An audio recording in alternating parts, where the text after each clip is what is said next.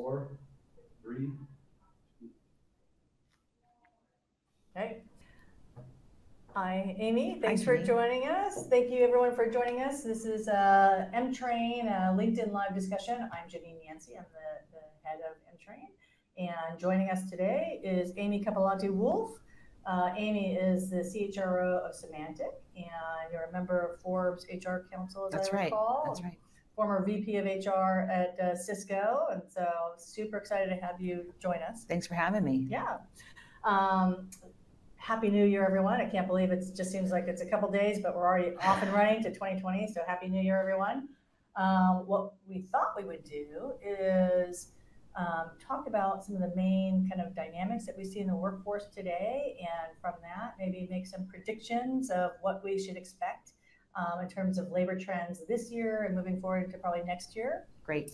And I want to just set the kind of the table for our discussion this morning. So when I sat back and started thinking about, okay, 2020, and some of the dynamics that you and I will talk about here, it seemed like eerily similar to the dynamics that were going on 100 years ago in 1920. And so, you know, as Amy and I discussed today's dynamics, we might kind of link them back to the dynamics that were also kind of happening 100 years ago, and what the consequences of those dynamics were, so that it helps kind of, you know, inform us, and so we get a little bit of visibility into what we might expect this year, so we can become more proactive. Great. And 2020 is going to be a very busy year with the upcoming elections, lots of conversations happening, so I can't think of a better topic to cover today. So just to tee it up here, and then I'm going to turn it over to you to kind of identify a couple of the top dynamics. So what I was struck by is, you know, big picture, as I think everyone will understand, we've got a whole lot of social and economic change happening. So, you know, this is one of these rare moments in history where we have you know, multicultural, increasingly multicultural workforce, several generations in the workforce. And so the net of that is a whole lot of different ideas, a whole lot of different perspectives. And that, you know, kind of yields and flows to some tension and some friction. Yes. And looking back at 1920, it had some similar dynamics. So we'll go into that a little bit, but I wanted to start it up, Amy, with you maybe summarizing for us just the couple top workforce dynamics, and then we'll go into them one by one. Well, I think first of all, diversity is a key one. One, because for the first time ever, you have probably 4 generations working together side by side, and probably a 5th emerging. Yeah. And so how do you leverage the collective capabilities of those generations when they come from very different places, have very different expectations? So the role of whether you're a talent manager, whether you're a leader, line manager, is so much more critical about how you bring those relationships together. So I think that's a big one. Yeah. Second one, which is all top of mind, is gender, and how do you have gender equality in the workplace and equity? Yeah. And that's everything from pay, from representation to women on boards, women in the C-suite. And again, how do you change that dynamic so that you've got a little more level playing field than we have today? Right. Because what we have in the past doesn't always reflect what we need for the future. The third and fourth things are related to the employer and employer relationship. So one's about like the whole sort of expectation of employees to their employer is changing. Yeah. Less tenure, ability to make more choice, to have what you need to have for your particular lifestyle is really critical. And then, why do I want to work for you? And what's the way to be energized and engaged? What do I get back from it? It's no longer a one-way relationship, it's two-way.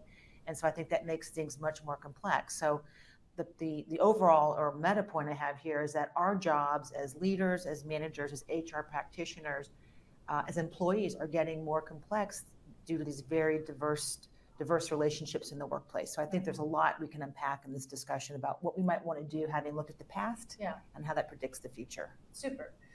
So thank you. So just to tee up, we've got diversity, we've got the gender kind of fight for more representation and equality, and we've got the changing economics really and dynamics of that employer-employee relationship. So let's start with diversity. Sure. And why don't you kind of summarize, you know, the dynamics you see happening, and then I'll kind of add in what was happening in the 1920s and see where we go from there. You bet, you bet. Well, first of all, diversity, I think we always tend to say diversity is around, gender or skin color, but it's more than that. It's how you think, it's what you've grown up with, how you are brought in discussions and belong. So I think in the workplace in particular, diversity's got a much more complex view than just gender or color, and also how people identify and represent themselves. Right. So I think the real opportunity we have in the workplace is, one, educating leaders about how to think more broadly than just hiring in their own image. It's opening up a pipeline where you've got different people coming into the door to be assessed for opportunities versus always going after the same profile.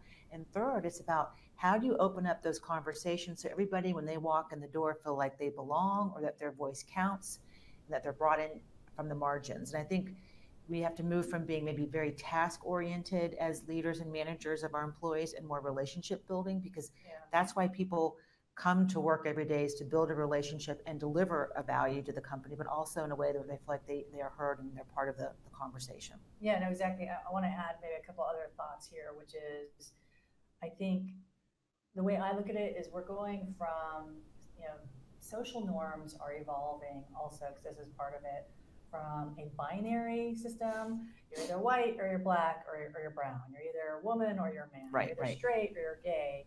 To, okay, now we're on a spectrum, and it's more fluid. So that's a change, right? And as Gen Z comes increasingly into the workforce, that's a generation that's the most diverse ever in history, right? And so they're definitely not thinking in terms of binary systems. Right. So I think we've got systematic evolution too, that is triggering just some friction. Really. Absolutely, yeah. So, and we all bring also perceptions of what we, like when I grew up, my mom stayed at home. Right. And so I was kind of like a good mom, you guys stay at home and be with your kids, but I didn't do that. I went to work, but I had to deal with all that sort of guilt and angst about working. And I think people are going to bring their own images to work every day about how they were brought up or raised or what they expect. And so there's nothing wrong with having that image, but how do you unlock that image so you don't create bias for yourself and for others? Exactly right. So let's kind of look at what was going on in 1920, because I think it's really strikingly kind of similar and in parallel. So 1920, we had a pretty large influx of immigration, and it was the highest that it had ever been. It was a 13% demographic of new immigrants, largely from non-Western European countries, so new types of people. And it was creating friction in the workforce and in society, at large, such that, legislation actually got passed. I think it was in 1924, the Naturalization Act, where the society, represented by their politicians, said, okay, you know what, we're going to put a cap on people coming into this country. And we're going to say only certain types of people at certain numbers can come into our country, because I think there was angst in the labor force about different types of people and people feeling like, oh, I'm losing my way of life, which gets into what we were talking about before this started, which is tribalism, which is an undercurrent of what's going on in any kind of diverse population, where without proactively managing things, you tend to have tribalism, which is ultimately a negative force. Right, really. Right. It's not inclusive at all. But what's interesting to me is like that was in 1920, and we're experiencing it today in terms of people being able to enter freely in and out of the country. It's also not just about whether I have job security, but also physical safety and security, and just perceptions around people who are different may bring danger to me. So it's like even gotten much more complex. But your point about if you don't have these conversations, and everyone used to say work stays at work and home stays at home, we're kidding ourselves. Yeah, we're beyond that. Yeah, it's really blurred. And if you don't begin to address these conversations, then those microcosms of tribalism will continue to happen in the workplace, in addition to what happens outside of the workplace. Yeah. So I think maybe if we have a prediction for labor trend, I think the prediction based on what we're saying here is, a couple things. So one, increasingly we need to become a diverse and inclusive workforce because that's how we become competitive and that's how we represent, reflect our demographics. But, along with that, expect some tension and proactively try to get ahead of that and manage the tension. And one thing that comes up for me is we know, certainly now and certainly looking back at 1920, there's going to be a sizable demographic of folks that are not comfortable. And that's a diversity element in and of itself, right? And so, one thing that we were talking about yesterday, Amy, is be kind. Yeah. Be kind. Don't judge people. Let's open up the dialogue, not shut it down. That's right. As soon as you start judging people, you shut down that dialogue. And I think as diversity professionals, as HR professionals, what we need to do moving forward this year and next year is, be super, just receptive to having conversations and supportive of those conversations. So everyone feels like, okay, I get that I'm not ready to move on this continuum like so many other people, but at least I'm not judged to be a bad person. That's right. Yeah, and it's like how do you balance activism with inquiry? Yeah. So that you feel like you're being heard and you're being brought forward versus it's kind of like it's black or white. You're either in or you're out. Because I think we're all in this spectrum of how we're moving through this curve. Yeah. Great. So let's move on to the gender issue. Good. I think the gender issue is pretty straightforward, but some interesting, I think, kind of nuances there. So I think this is, obvious, but I'll ask you to sum it up for us. Sure. Well, I mean, what's interesting is that it took California to pass this law that now women have access to boards. And there's a part of me personally that is resentful of that, because suddenly if you do get put on a board and you're a woman, you're going to be, you're part of the quota system, which none of us ever want to be in, right? But if it took that kind of spark to try and get people to open up their slates to bring more women into the conversation, great. Okay. I think the big issue is, unless you change what's happening at the top, it will not pervade down into the organization. And I'm also a big proponent, if you're in a smaller company or a startup, start with diversity, inclusion, day one, because it's easier from a numbers perspective to build on small and then build big, because it becomes part of your fabric versus being a big company and trying to pivot towards a whole different way of thinking about diversity and hiring and representation. But I'd say the issues are more C-suite women, more women in the board that will then sit in the board and as part of the governance practice begin talking more around accountability related to what are your practices related to diversity, hiring, taking bias out of the system. Without those diverse ears in the room, I think you're not going to change the game as you otherwise. Yeah, no, I agree exactly. I think a couple other nuances I'd put out there is flowing from what you just said, Amy. I think that when we don't have a balanced structure or balanced system with a lot of different diverse perspectives weighing in, what happens is downstream is we will get conflict, we will get harassment, we will get bias. And so the legislature is jumping in to treat the symptoms, not the source of the problem. Right. And so we're increasingly seeing different state legislatures look at, and New York has actually addressed, okay, let's lower the threshold to prove harassment, right? Because we need to have some remedy for, primarily women, and that's just the numbers, I always get pushback from certain folks like, oh, everyone gets harassed. Yes, but look at the numbers. It's, disproportionately women that get harassed. And so some trends really that's happening now is increased legislation that will actually make it easier for women to make a claim for harassment. And in California, and this goes into effect this year, new legislation mandating bias training for certain groups of people, right? So that's happening now. If we look back to 1920, I think, I don't know about other folks, but I was actually startled the other day when I'm like, oh, I forgot that women didn't get the right to vote until 1920. It seems like they should have gotten it, in the 1800s. And if I could do an advertisement, please vote. I don't care who you vote for, but have your voice heard, because I think so many people have this right to vote and they don't exercise it. So, but striking, 100 years ago, we couldn't vote as women. Yeah. So 100 years ago, you saw, it was probably, probably the first wave feminism and mobilization to get women the right to vote. Women were increasingly in the workplace and wanted economic opportunity, and we're seeing all that again, right? And I don't see it letting up anytime soon. So I think my prediction for this year would be, until there is tangible progress at the organizational level, at the board level, at the C-suite level, I think the net of not progress will be more friction on the harassment, the bias, and gender, kind of wage claims. I don't see that letting up anytime soon. So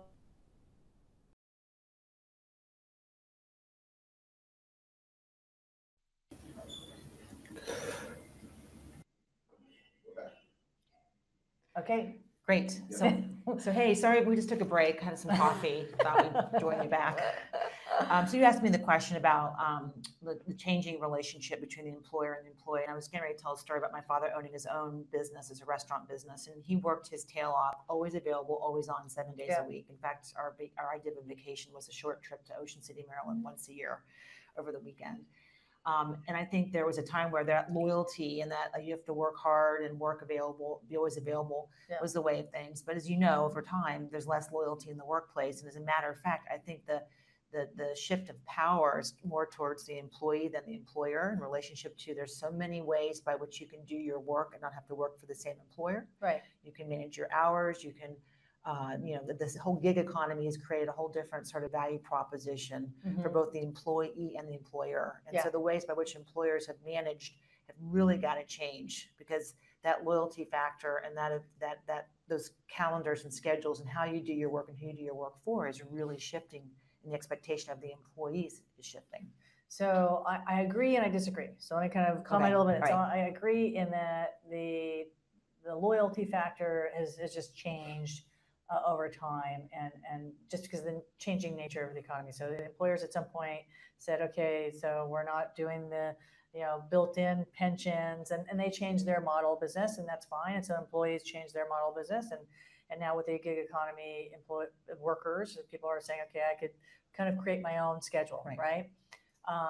So I think that's all true, and then that has some consequences from that, which we could talk about in a second. But I think on a different front, we have, again, the gig economy, the digital economy, which is automating a lot of jobs, possible jobs, displacing a lot of people, right? And so you have both, a group of people that are, really experiencing great benefits of employment, and they're kind of commanding their own terms. But I think you have also a decent size population that's been displaced. And I think we're just not seeing it. I don't think it's as visible right now because the economy is strong and we have, record unemployment rates. But I think that's there too. Yeah, and I think it's a fair point, because I think, to be frank, we kind of live in a bubble in Silicon Valley because we're all gainfully employed and being recruited. We're in the heart of the digital economy. Yeah, exactly. But if you go to the Midwest, where there's a lot of need to retool people's capabilities. Right. And I went to a conference in DC a couple months ago, and I felt like, oh my gosh, I am living in my bubble, because we had two very capable CEO women talking about them having to retool their businesses in the Midwest. And I'm like, wow, we are a little naive to all that, right? Yeah, and I think so similar dynamics were happening again in the 1920s, where you had a whole shift in economy from agrarian economy to an industrial, economy, and a lot of automation. And so it really, changed the nature and the types of jobs available. And there are a lot of people that were feeling displaced. You had,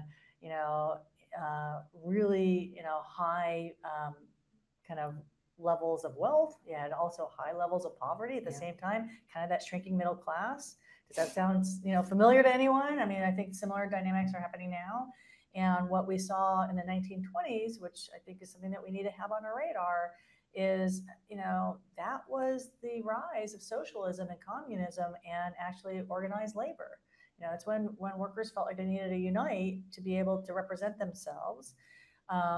Now, I don't think we're going to have something similar now, because the economy is great and the economy is strong and we have record lows of unemployment. Having said that, we all know that economies, they go up and it goes down. And at some point, this economy will flatten out a bit. And when it does, I think people, culture leaders, HR leaders, diversity leaders need to be on the lookout for signs that people start to mobilize one way or another. Now with the web, they don't need to have a formal union, but they can mobilize around issues and push back on the practices of management that they don't like. And you're actually seeing that today with some of the things with Google and other companies where the employees do not like if they put somebody on the board, they're going into a different business. And so that awareness piece of the employee about what the business practices are of their companies also, like, that's not going away. Right. The activism. So the activism is not going away. I want to kind of flesh out a little bit your comments, Amy, on kind of the employee experience where employees, I think we're increasingly seeing that every role is a stop on their big journey, right? And so as employers and culture leaders, we need to increasingly think about, okay, how do we make this phase of their journey as optimum as possible? And it goes way beyond just the paycheck. That's obviously. Right. That's right. Well, I think that this notion that people are going to stay at a company for 30 years is out the door. I mean, I know a few people that still sit in that, but mostly everybody has, maybe 6 or 7 career changes before you hit 35, right? So I think we have to get okay with the fact you're going to have ebb and flow of talent in and out of the organization. Mm-hmm. And at the end of the day, that talent may be potential customer, it may be an alumni that you want to recruit for again, or they may have other referrals in their system. So you've got to be okay with the fact that you have some cycles where people are going to come and go. And how do you make certain as they go, there's a good knowledge transfer, but as they come, you extract what they bring in from their last assignment to make them even more productive and your company more productive. Yeah, no, super. I agree. So let's kind of sum this all up here. So I think we're in for a year of a lot of social and economic dynamics, more pronounced, I think, than anything I've seen in the last decade. I mean, really. So I think with that comes some, potential friction, which tees up for HR leaders, diversity leaders, culture leaders, talent leaders, kind of a bigger potential role if they want to step up, because I think businesses are going to be looking for advice and proactive strategies on how do they manage this rather than have to be reactive to it. Yeah, and if I can say just one thing, I think the other thing is that because everything is so accessible in terms of news or data, that there's sometimes false and true things out there. And I think as practitioners, our goal is to try and get as much data that's steeped in truth and analytics, so that when we come to the table to say there's a problem happening here, it's not an opinion, but it's something that's based in fact. Right. Well, you are singing our song because our LinkedIn following should know, and that's what M-Train does. So we focus on the tricky culture issues, and we, have folks engage with our content in a way that they're expressing their opinions and their perceptions of what's going on around them, so that we can aggregate it and summarize it in an actionable data format for stakeholders. Yeah. So that you can be informed by what the data shows. Versus good day, bad day, right? Exactly. I think that pretty much wraps it up. Great. Well, thank you for the time today. I really appreciate it. You're very thought-provoking, and I know you're a history buff, so I'm going to go back and look at the 1920s and either get excited or depressed. I don't know which. It's all good. All good. All good. Thank you, Amy. Thank you, everyone. Appreciate your attention.